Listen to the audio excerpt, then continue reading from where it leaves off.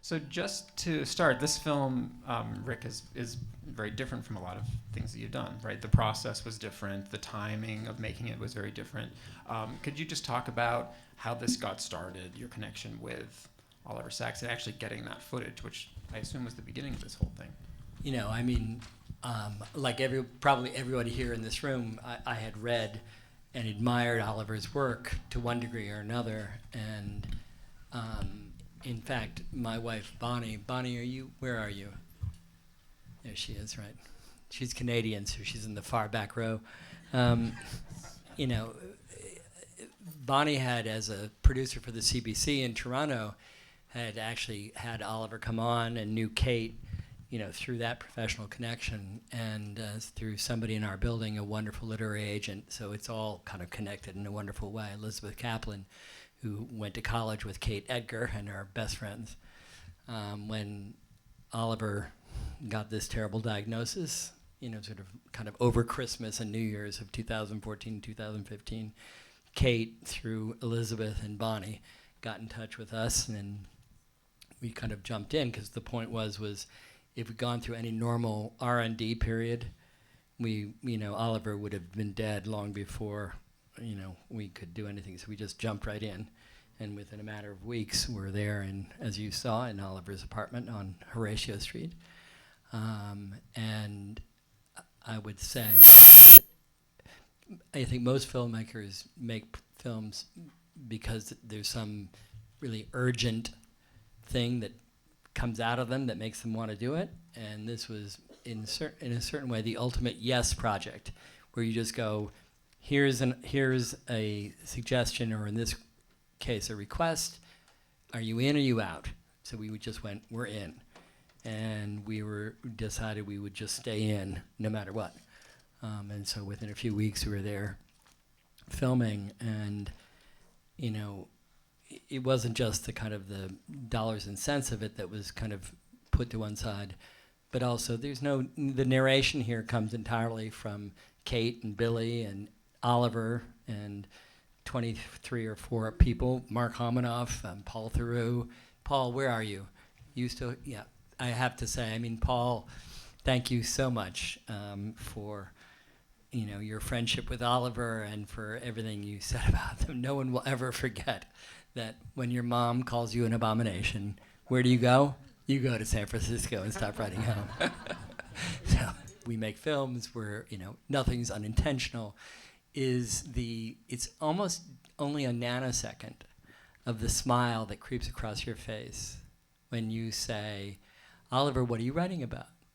And he tells you he's writing about creativity. And there's a little moment where your face just sort of blossoms with a wonderful smile. And we sort of understand that, you know, sort of all life could be construed as tragedy, inevitably, but also there's a kind of a comedy involved with it.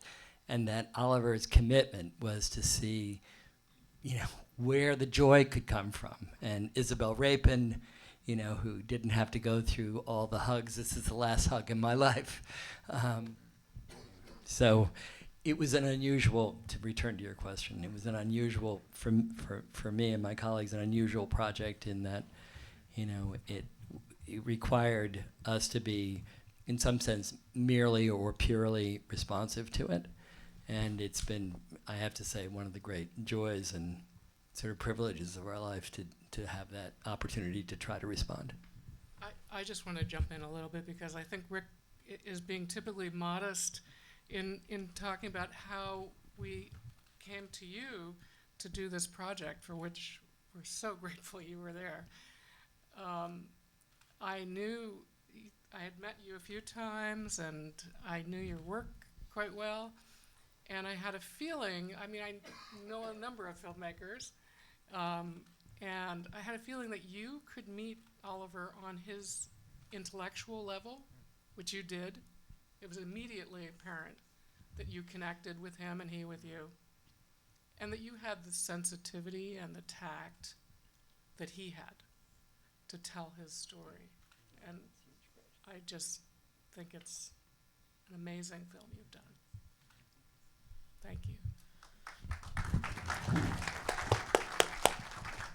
I would agree, and I wanted to say that I find it to be, this is the second time I've seen it, I find it to be an intensely emotional experience, which I don't think you really get from a lot of documentaries, of this sort especially, and a lot of that comes from the fact that we feel this intimate bond with, like, people have said in this audience, knowing him was such a privilege. It's a privilege to have known him for these 2 hours, and I feel like we really get that. So what was it like actually filming him, and how did he like being filmed in this particularly tender moment of his life? You know, I want to like let Billy and Kate intervene. I will say that like I walked into Oliver's apartment on February 9th, 2015 with a kind of like anticipatory, not dread, but worry, because I had acquired a sense that Oliver might be just a huge, unredeemable narcissistic personality disorder. And there was a lot in the first day or two, because when we walked in on that Monday morning, we filmed then sort of across 12 hours Monday through Friday. So it was an unusual thing. I mean, you usually do not film 60 hours with somebody. And on the second day, I asked Oliver like a really incredibly pretentious question about, you know, based on a Robert Lowell poem called History, about, you know, whether or not, you know, sort of in autobiography, can you ever really come to the conclusion of your own life? Because after all, you're dead before your writing ends. And Lowell had said, you know, unlike, you know, writing, life never finishes. And Oliver looked at me blankly, and I felt a combination of self-loathing, appropriate, and also like, what an asshole. He's so completely, this is an affirmation of the self-absorption bordering on narcissistic personality disorder. And on, I think it was Friday, 4 days later, apropos something completely different in our, by then, incredible conversation which had gone on for so long, Oliver said, you know, Rick, we were just speaking a moment ago, it had in fact been 4 days ago, about how, unlike life, autobiography never finishes. And then he answered the question. And it was sort of humbling and revelatory to me, that which I had begun to suspect well before that moment, but it really kind of framed this understanding for me. Oliver had his own temporality, and it might not be my or your temporality, but it was not a selfish temporality. It involved an enormous amount of self-restraint and self-exposure and self-absorption, but it also involved such incredible thinking and care and mulling over, and that I certainly know in my own experience I haven't met very many people who have that quality. And he was not a narcissistic personality disorder, though Ren might sometimes, who's known him as longer than anybody, might sometimes feel he often, you know, qualified for that. But that he was, you know, an enormous, he was tenaciously empathetic. And he wanted to make sure in the end his understanding of other people went beyond the bounds of his own self-concern. And that was just kind of a lifelong obsession. And that was really unusual, and I feel really particularly fortunate to have had this special opportunity there in kind of like, you know, the very last moments of his life. I don't mean like the very last moments, but, you know, the last public moments, let's put it that way, to have understood what an extraordinary personality he was, as Paul, you were saying. And yeah, so Billy, oh, sorry. I just want to say, it's funny to think about how innocently this whole project started. Paul, you mentioned friends. after he got his diagnosis, January 15th, 2015, more and more friends came by to visit, and he didn't want to talk about his illness or the fact that he had 6 to 8 months to live.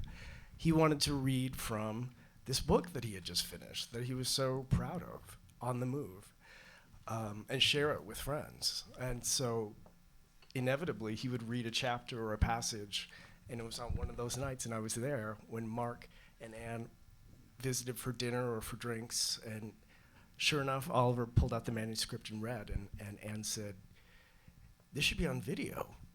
And Oliver liked that idea, but everything that happened between Rick and Kate, Oliver and I really didn't know about. We didn't expect it to be what it has become.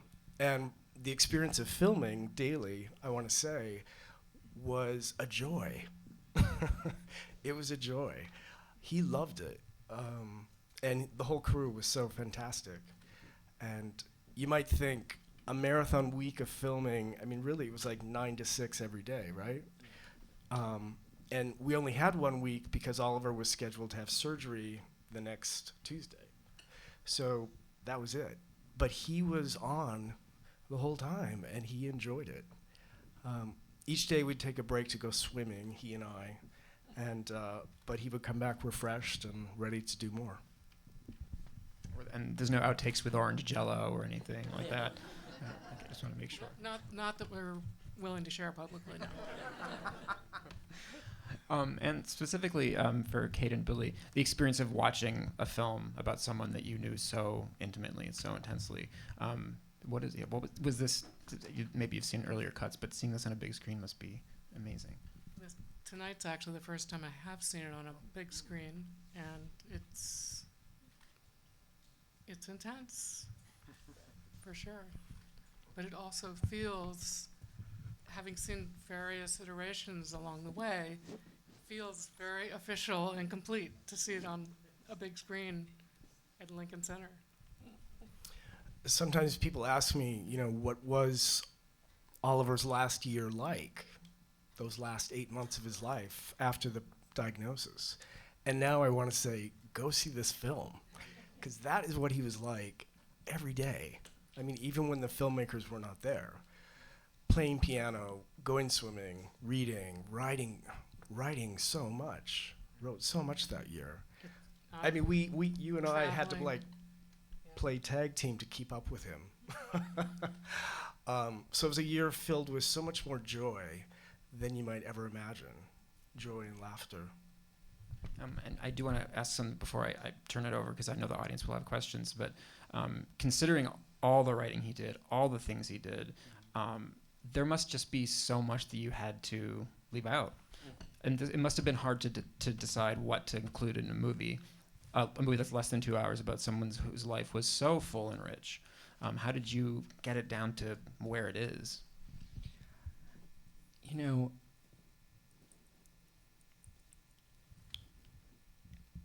I wish I had the ability to have comprehended more of the extremes of Oliver's personality. He was, to whatever degree this presentation delivers, he was even more tormented than that. And I know as well that he was even more gifted than we were able to present. And we tried to present a version of Oliver that was as fully kind of excavating every aspect as accurately as possible of who we sensed he was. But it was not for nothing, and I know this comes across in the film for sure. It was not for nothing that he was drawn to people in such extremity. He was a person in extremity. And it was, in a sense, I think, his lifelong hunch and scientific, as well as personal wager, is that we're all in that kind of extremity. And most people who move to New York do not move to City Island off the Bronx, and don't go, if they're doctors, to warehouses of extremely compromised people who are, filled with 700 or 800 people. So that was Oliver's constituency. And that was the people that he was drawn to. And at the same time, he was very much his parents' son and extraordinarily ambitious and striving. And I can feel, looking at the movie, that somehow the really sharp edges of both those extremities don't quite come through.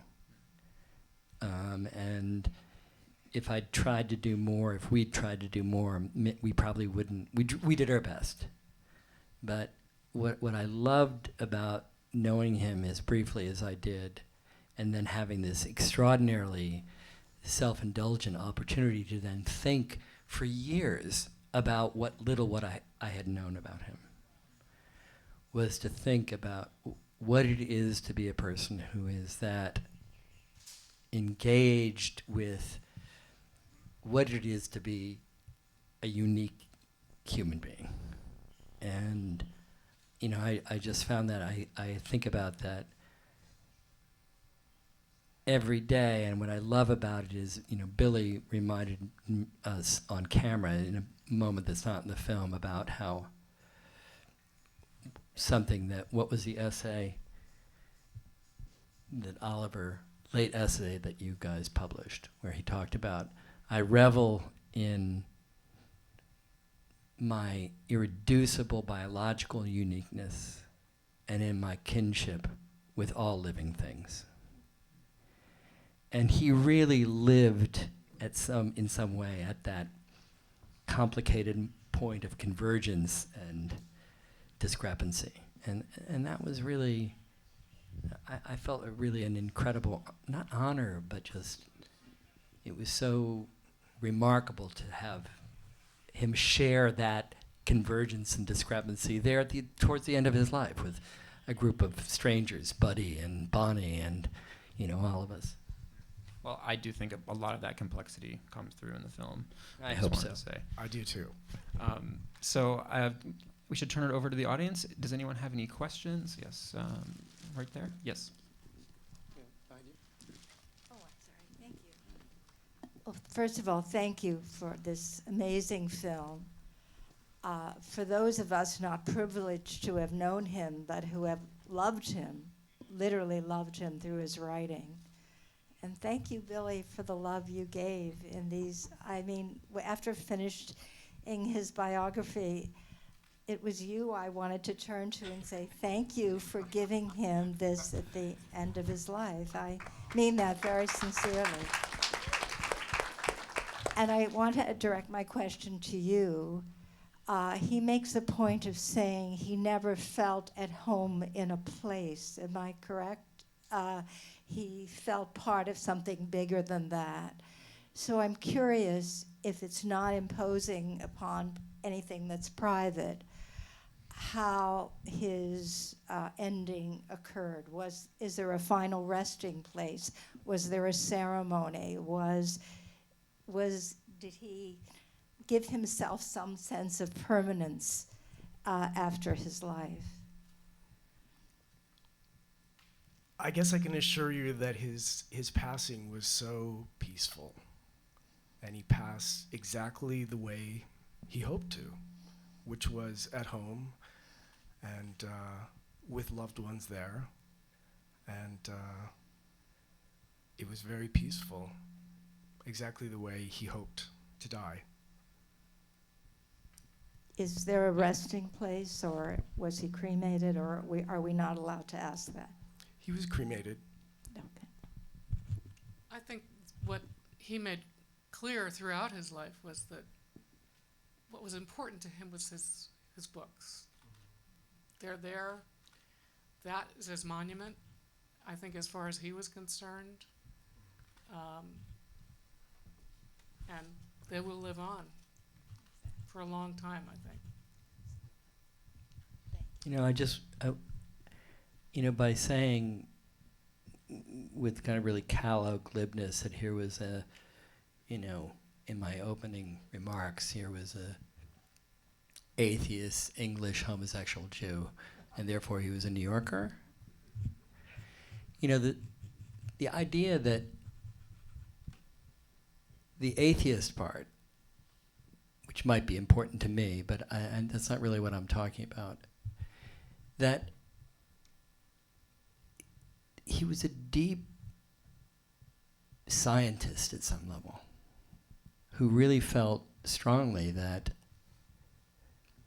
he didn't want to go beyond, he didn't want hope to sort of substitute for experience. And yet he had enormous, I don't want to say optimism, but exuberance. And it was very clear that in a moment that he described, which I wish were in the film because I wish the film were 10 hours long, where he described a really indescribably moving moment between Christoph Koch, currently the head of the Paul Allen Brain Institute, who was at that time in the 1970s and 80s a protege of Francis Crick, known to all of us as the co-discoverer of the structure of DNA, who then went on to really put that behind him entirely and go like, where the hell does consciousness come from? And Oliver described something that Christoph Koch had told him about Francis Crick. When Francis Crick got the incontrovertible mortal diagnosis that he, Francis Crick, was going to die, Christoph Koch was in the room, so was Crick's wife. Phone call comes from the doctor, sorry, it's curtains. And as Oliver recounted it, Crick took the phone call, took the news, put down the phone, said to his wife and Christoph, his young protege, well, everything that has a beginning has an end. And then picked up the conversation about the neural correlates of consciousness. That was Oliver completely.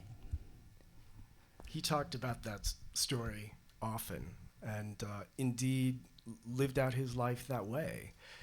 You were talking about his books being the true monuments to his legacy. Really just days before he died, he sketched out the outline for a posthumous work, The River of Consciousness, titled it, dedicated it, worked on the table of contents, and he wanted to be working up until the end, and he did. It's very moving. Some of the shots you see near the end are his journal jottings. You know, he kept a journal up until the days before he died, describing it, observing it.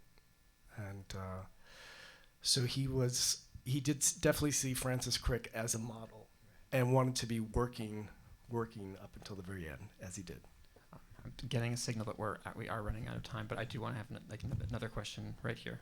Yeah. Rick, thanks for the credit. I didn't realize I was credited in there. I've filmed Oliver many times over the years, mostly giving talks about his love of stereoscopic 3D, his love of ferns, going off to Brazil in the jungle and just getting lost, and just the wonderment of his curiosity. And I have a question, though. But what always got me about Oliver was what drove him, especially in this film. And I do a lot of documentaries on people who are diagnosed, who've been hospitalized, and their socialization. And I keep on thinking about what happened in that boarding school that triggered his brother and him. Did he ever talk about that? You know, he talked about that a lot. You know, I came to feel, perhaps ignorantly, that was of a piece with what Freud would call screen memories, which is screen memories in Freud were those things which are basically a way of saying, this is a box I'm going to put that into. A way to both allude to something and also avoid it. And so I think there are a number of things in boxes like that for Oliver, as they are for all of us, where we sort of go like, right, that's where the deepest of me is buried. And it's not clear to me how much one can really then take from it, because it's as much a screen as it is a memory, and a way of packaging up perhaps too neatly something which may, in some sense, for Oliver, but for all of us, not ever be fully disclosable. Like, where do those things that, you know, kind of cut us most deeply really exist? So I really, I sort of found that the places where, you know, he said, like, here's where the treasure lies, I felt like, right, as with us all, look that way, but maybe look someplace else. And the place I would like to look is to say, I've never had the experience in working on a film of having this kind of integrated, tender, deeply knowledgeable sort of co-complicity of Kate and Billy, which went on and on throughout the thing. So we had editorial control, so we could say whatever we wanted. But to have this really textured interaction over years, because we, after all, had just met Billy, when you just met Billy and Kate, you know, in that January, February moment. So then the film was made after most of it was shot.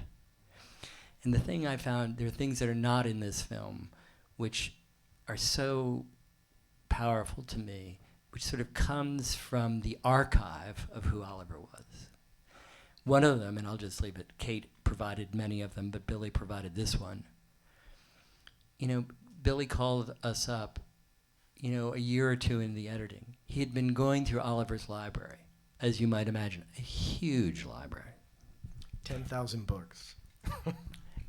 And Billy had like been poring over page by page the books in Oliver's library to discover that going back to the 1940s, Oliver had been having this incredible conversation in notation in the margins of books, 10,000 books, of a kind that was never meant for any kind of publicity, in which he's sort of thinking about and responding to authors from Plato to, you know, Edward Living of Megrim to somebody, you know, in the 1940s or 50s or 60s or 70s.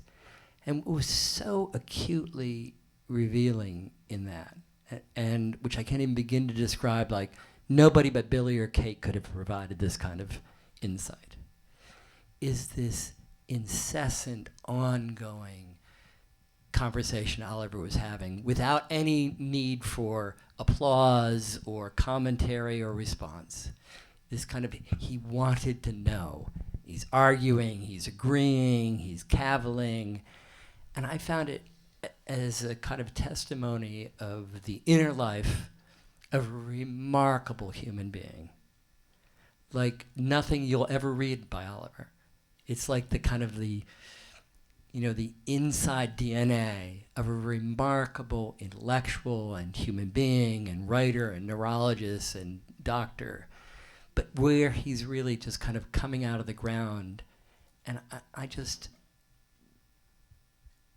it squared so many circles for me about who he was. Just the sheer, you could call it erudition or kind of obsession, but it was so much the real thing. Kate, I mean, you know this as well or as anyone. Absolutely. I'm getting a lot of signals that we have to clear the theater. Sorry. But thank you so much for Thank being you, here. Michael.